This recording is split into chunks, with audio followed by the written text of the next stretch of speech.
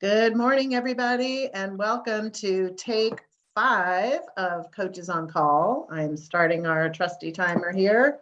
Keep us under 30 minutes. We'll see how we do today.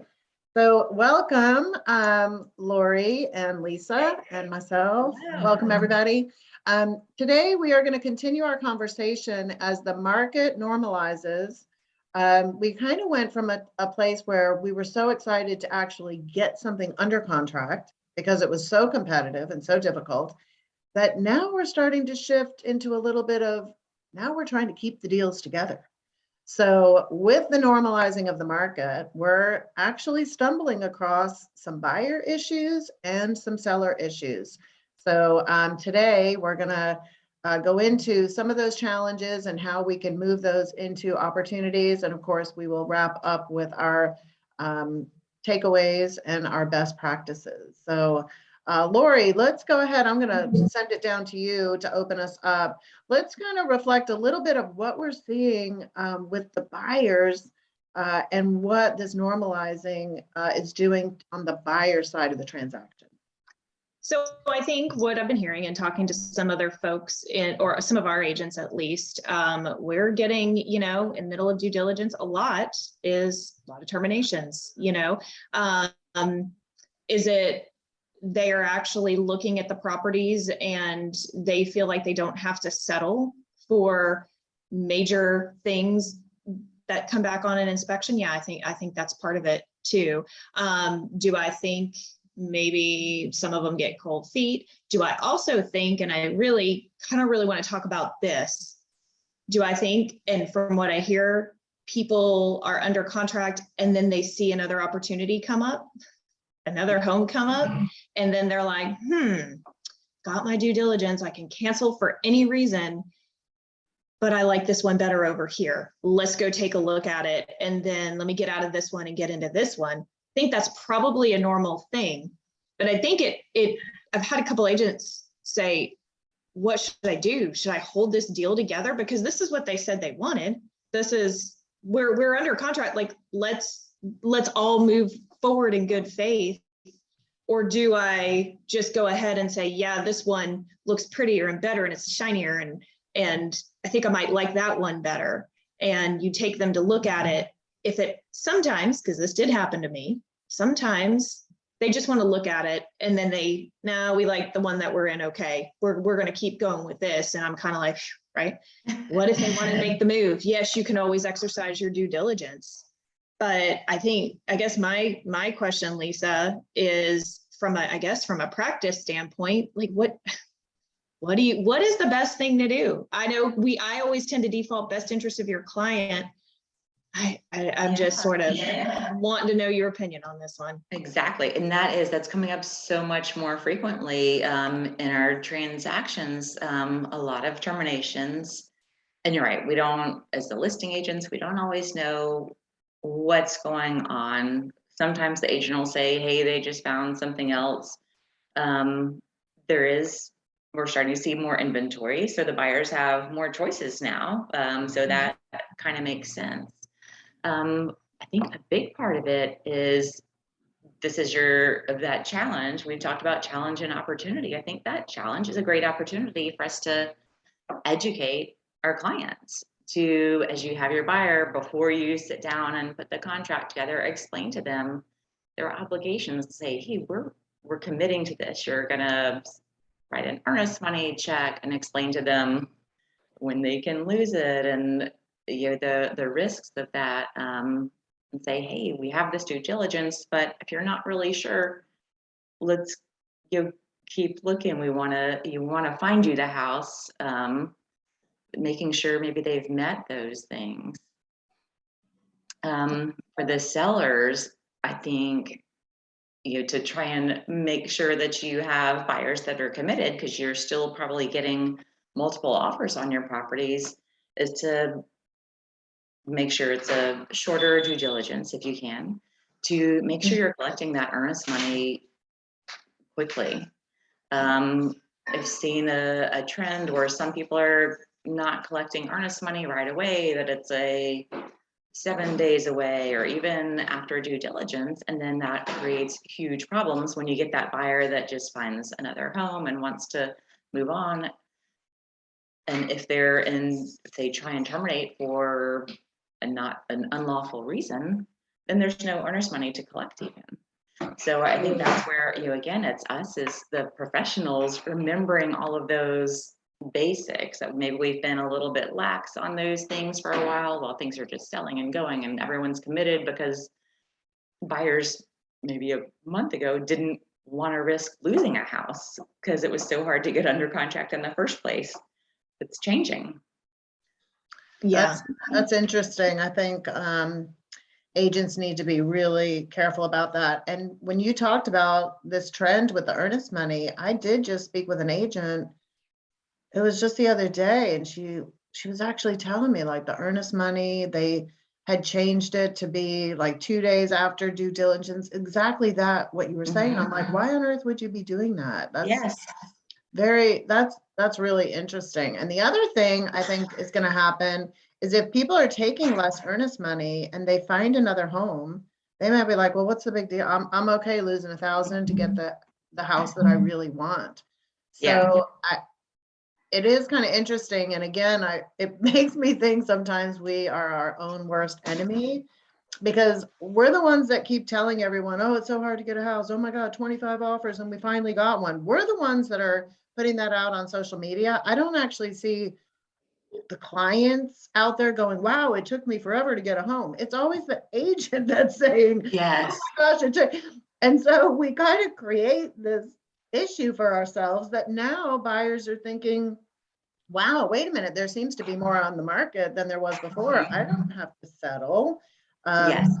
Back in the day with short sales, when we had inventory in the 13, 15,000 homes, that was always kind of a risk that we were nervous. It's like, turn off the saved searches immediately. Yes. We go under contract, tell them not to look. There's always going to be a different house that's going to come on the market. So it's almost like we're moving back into that a little bit. So true. I remember doing that as soon as my buyers would find something, I'd turn off the searches, don't even look. I mean, all the other Zillow and all the other online platforms weren't as huge at the time as they are now, but it's So it's hard to control. unpopular question, is that in the best interest of your client though? That's right. I'm throwing that out there because I know what some people are going to say, and I'm just super curious. Like, I understand that we want to keep them in the game, keep them in their lane. Let's keep going, because in a way, like, that agreement says, we are all in this to continue to move forward, right? We're all in agreement, and we want to. Everybody has the intent to continue and follow this through. But what if? What if your buyer's like, yes, we do like this house. We realize where we're at in it, but this really came on the market and this is really a whole lot better for us. Like, I don't know. Like, are you working in the best interest of your client? I don't know. That's where I was kind of going with that one too, because I do feel like that's a best practice from a realtor standpoint. Turn off the saved searches, make them delete Zillow or whatever, but you can't do that. But unpopular. You're right there, Lori. Yeah. I know I did. What is in the best interest of your client? Because what if they did come back and they're like, we felt like we had to buy this home because we didn't have any other choice, and maybe our realtor didn't educate us that we could and what our options were. Like, we didn't know how to exercise our options. Great point. And you're right. You have to, above all, keep in mind what is in the best interest of your clients. And so I think even that will depend case by case. If your client, keeps looking, you have the searches open, or they just, their friend tells them, hey, this house next to me just went on the market. You have to, weigh all of that. Is that house really the one, keeping in mind all the criteria they have? Or when you look at the one they're already under contract, hey, does that really have all the boxes checked off? And, financially, which one do they save $10,000 going with this other house? So there's a lot of factors to that. Sometimes the best interest might be staying with the one that Mhm. they're already under contract with, because it has everything they need and it's a little bit less, or maybe you need to, yeah, buyers can have buyer's remorse. And Mhm. so they start second guessing their decision on that first house. So they go in and say, oh, what about this one? What about this one? So it's our job to, as professionals, to bring them back and say, hey, remember, these are the things that you're looking for. The house that you're under contract has all of those things. And remember, you fell in love with it. We brought your mom and uncle and brother and the whole family over, and everybody loved it. This house is great, but let's sit down, make a list, the pros and cons of each home, make a list of all those criteria that they said they wanted in their dream home. They're not going to get all of them, but which house has most, and weighing the prices, commutes, and everything. So I think also absolutely. weighing their obligation depending on where they are in the process. If they decide they want to find something else, if they say, I know we're through due diligence and I'm willing to just lose that 2,000 or 3,000 earnest money, that's not potentially all they'd be losing. So they do need to be educated on what the seller would be able to do in a situation of default and what they're setting themselves up for potentially if they default. So really understanding all of those nuances. And that's why, when we first went to electronic signatures, I was very nervous because I knew how many shortcuts were going to occur in the industry, which translates into most people are not explaining the paragraphs in detail to the clients. I think we can all admit that. Some people are spending the time. The professional is going through what their obligations are as a seller and a buyer. But electronic signatures caused a lot of issue because it sped everything up. So a lot of times, and even probably most of the calls you get, Lisa, and I can remember Pat saying a lot of time is because they didn't read the contract. They didn't read the agreement. It was not read. And I got burned on that when I first moved to Denver and signed a lease electronically. And that's when it first kind of was bigger back then.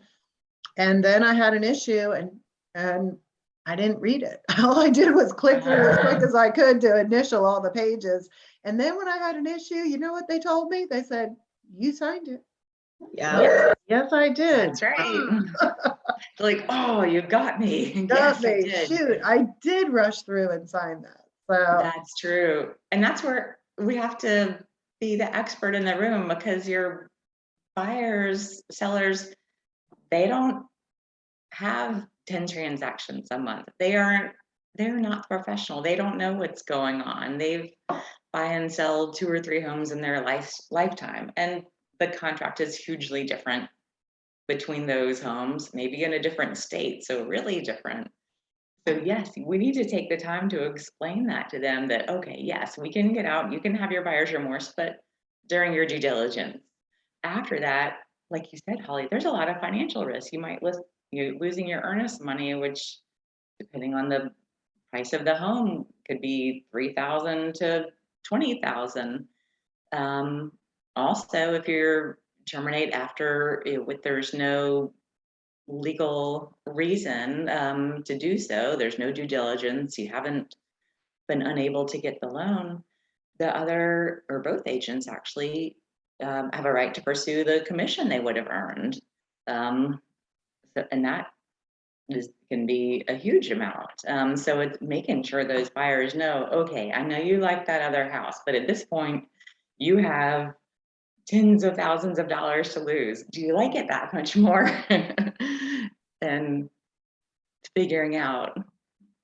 Well, and Holly, I know one thing you've taught over the years is, okay, we can go over the purchase and sale agreement when we are writing the offer and getting in, we get them in play and then we get under contract. I feel, again, they don't do this every day. A lot of that stuff we tell them goes out the window. So we have to keep them abreast. And just like you have said before, make some videos and send them via email to your clients. Okay, we're in this stage right now. Remember what happens. Maybe that's something, hey, we're in the due diligence stage right now. If you're getting buyer's remorse, that's natural. Let's talk about it if that's what's going on.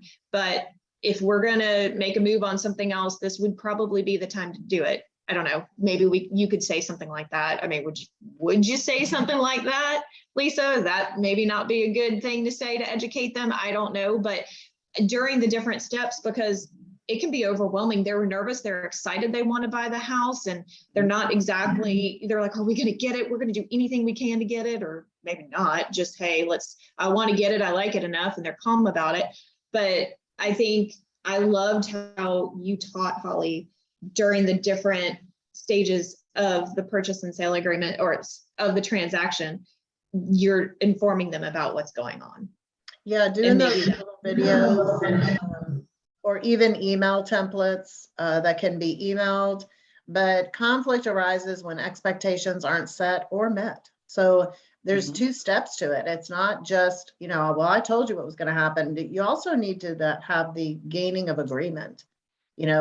All parties need to actually agree to what the expectations that were set. Just because you set an expectation, you still have to get the agreement. And a lot of times we skip that portion of it where like, well, I told you. It's like, but did you confirm with them? Did you actually get that confirmation that they are agreeing or fully understand?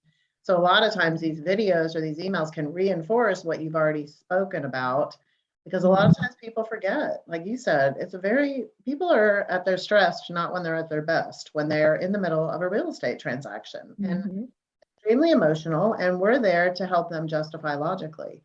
So that's really our role. And I think we're going to see a lot more of that as we move into this switch on the seller side with pricing, and really become pricing strategist right now is going to be critical. And I'm very proud of the fact that I have gotten a pricing strategy course approved for CE in the state of Georgia. And, we'll be teaching that for the very first time next week. So I'm excited to be able to do that, because really when it comes down, if you look at the 5 areas that sellers expect assistance from a realtor, there's 5 areas, and the number one by over 26% of what's important to them is pricing.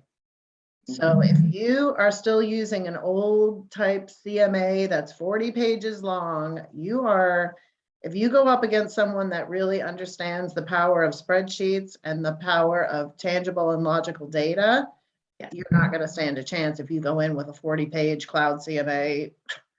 That's just not going to work. So you really need to be using the spreadsheets that we talk about and that we teach. Really, really powerful to be that strategist, because right now there's issues with sellers not believing what agents are telling them, right? Yeah. You heard a little bit, Lori?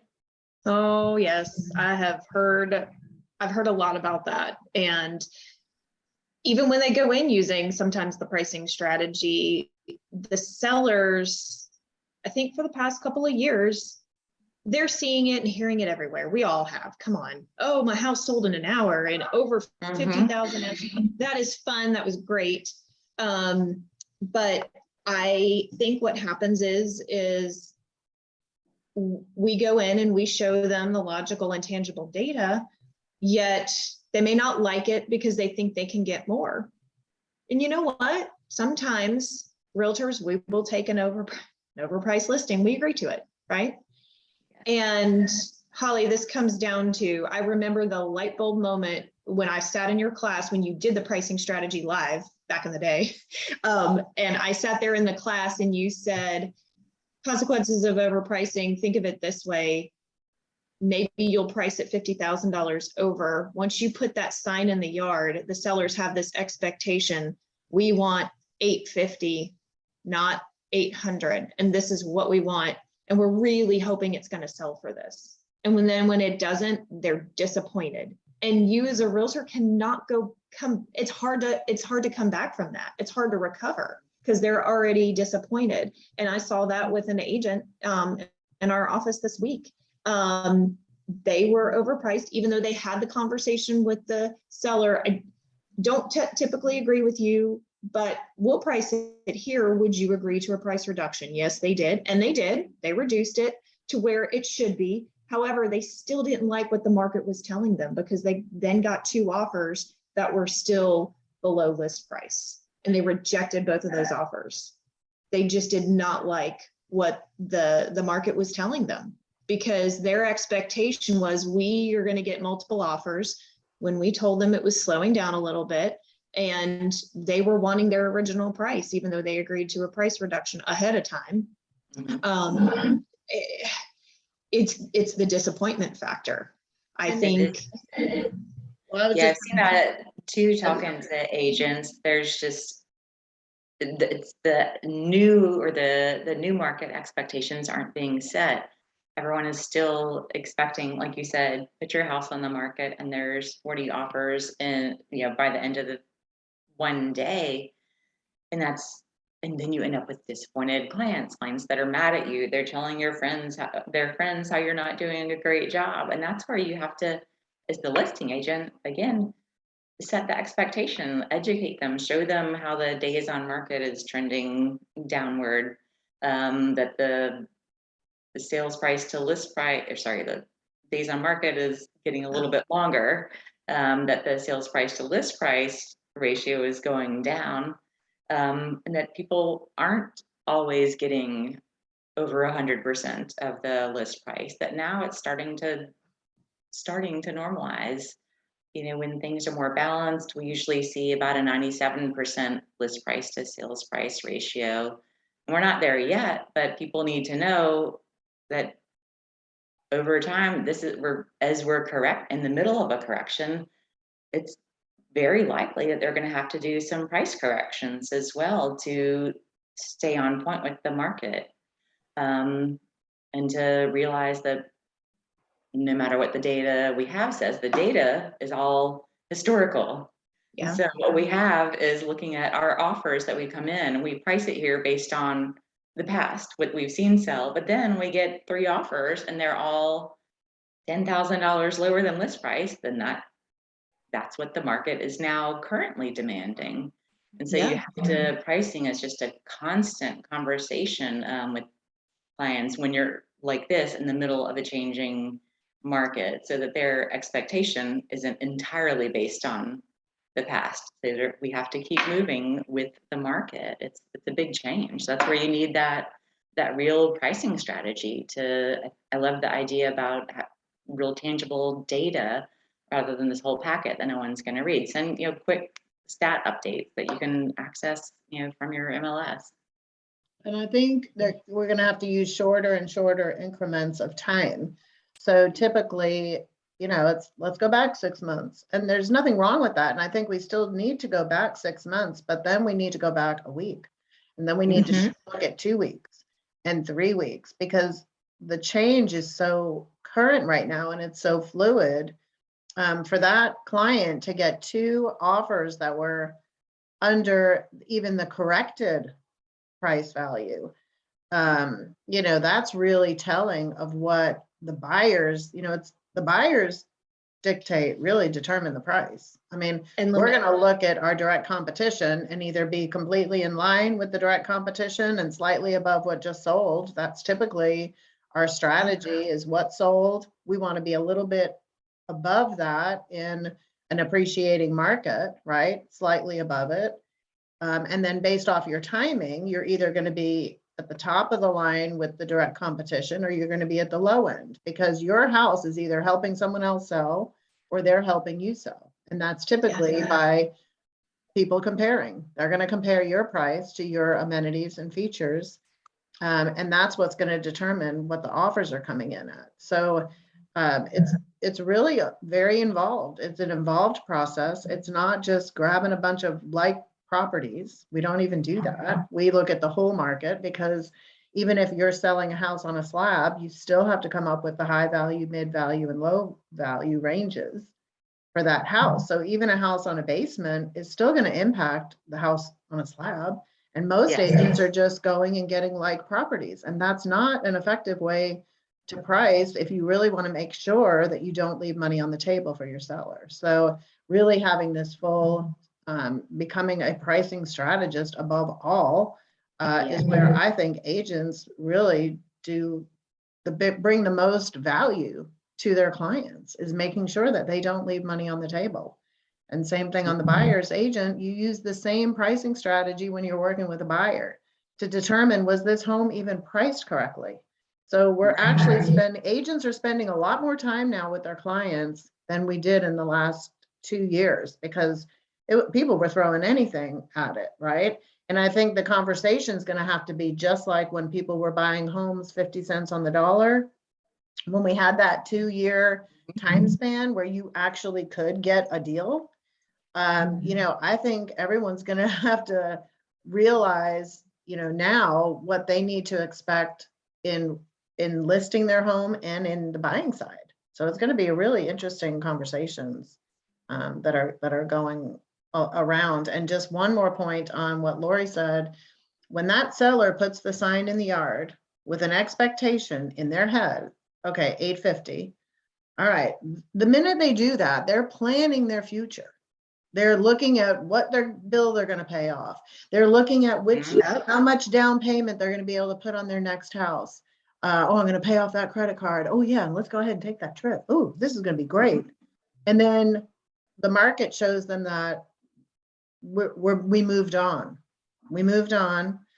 And even if the agent told them that and said, listen, I don't agree, but we can try it, they will never blame themselves. You just need to know.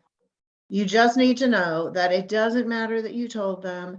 It doesn't matter that they agreed that they were not going to hold it against you. They're going to hold it against you. And even if they get through the sale and don't even say anything to you, I doubt you're going to get any referrals. They may seem like everything's fine, but deep down, they really do have some resentment. And I'm telling you, that's just the way it is. And it's true. Oh, yeah. As I've talked to a lot of people that have had to reduce their price, including myself, and you never really get over it, and you're always looking for someone else to blame. That's true. And that's a good chance to set that expectation. I mean, right now with the seller, set the expectation. Hey, if we don't get offers in X amount of days, we will reduce. I mean, go ahead and let them know, because you don't want to waste your days on the market. After a while, you end up looking like that old listing sitting there that nobody likes, and people think that there's something wrong with it when it gets too stale. I love, you brought up a great point, Holly, about the pricing strategies. We think about that usually just with our sellers because they're coming up with their listing, but going over the same thing with your buyers as they're shopping, because buyers are going to come from the opposite side thinking, oh, I heard things are changing. I'm going to start throwing out offers that are 50,000 low now instead of 50,000 high. And so I've seen a couple people coming saying, oh my gosh, my sellers don't even want to have that, but educating the buyers just as much. This is what we're seeing. These are the trends. Yes, things are coming down, but slow down, not quite that fast. And making sure on the other side, when they're making an offer, is it still worth it? Have the values in that area shifted in the last couple weeks since the home was listed? You're really having the pricing conversation a lot with buyers right now too. Yeah, because price is all about being able to justify it. And for 2 years, we weren't able to justify any of these prices. But we're getting back to that, because if you're working with a buyer, who gets affected if the appraisal doesn't come in? The seller is not affected, really. No. They don't have to keep the offer. They weren't out any money, but the buyer is. The buyer had to pay for that appraisal. So if an appraiser can't find comps, which over the last 2 years, I'm not really sure how they found comps. I don't really know, because I'm not an appraiser, but it's kind of weird. Because now all of a sudden things have softened and we're having appraisal issues. Why didn't we have appraisal issues? Well, there could be cash, or people were eliminating the appraisal contingency. They were paying the overage. So that could have been a big portion of it, but I don't think you're going to see a lot of that anymore. I think the overpaying and those no appraisal contingencies then establish the sold values. Now the appraisers have comps. So that's true. It just took a while for the data to catch up on the appraisal side, and the consumer said, I want it no matter what. That's kind of how I look at it. But Yeah, times they are changing again, as they always do in real estate.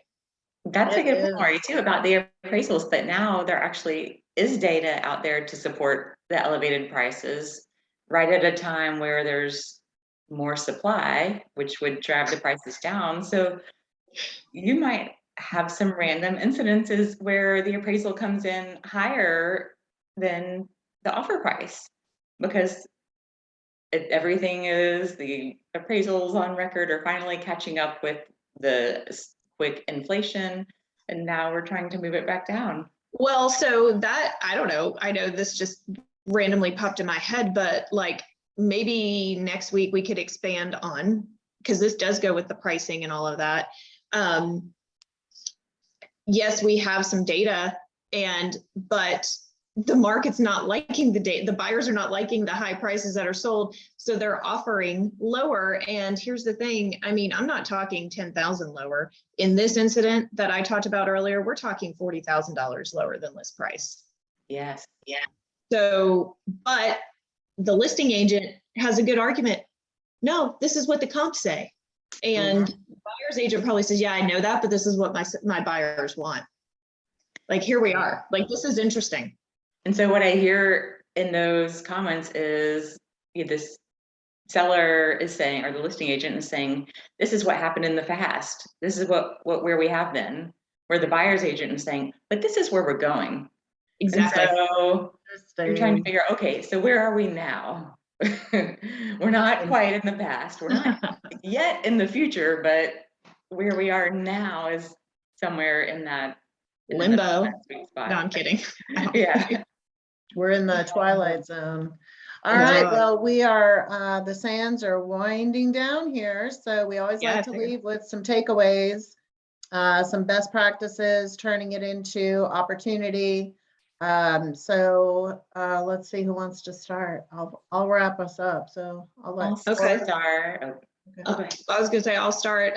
You know, we talked both about buyer and selling side. Here's my takeaway on the seller side.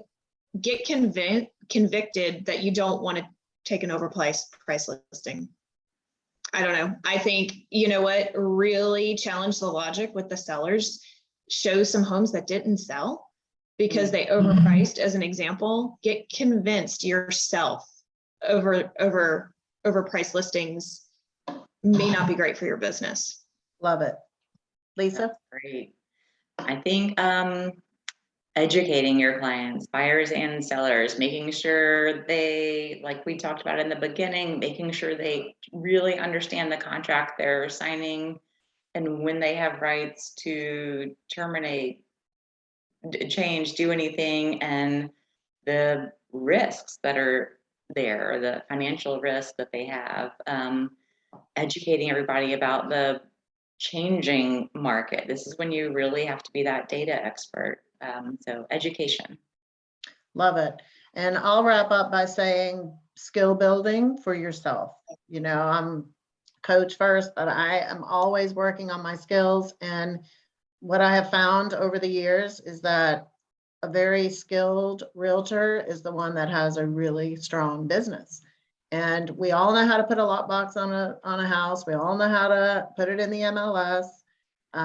But not everybody can communicate very effectively.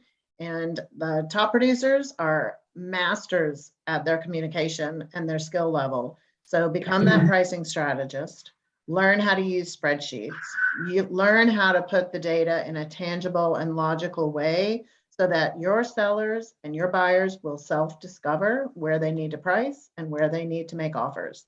Keep an eye on seller contributions. I think that is going to also start to change. And, you know, really just get deep into the benefits of home ownership with your clients and taking them through those high quality strategy sessions to meet and set proper expectations. That would be my big takeaway. Work on your skills. Awesome. Well, thanks everybody for joining us for Take 5. We look forward to more lively discussions, and we'll probably have a good room separator. We're going to divide the room next call. So look for Take 6, and we look forward to chatting with you all soon.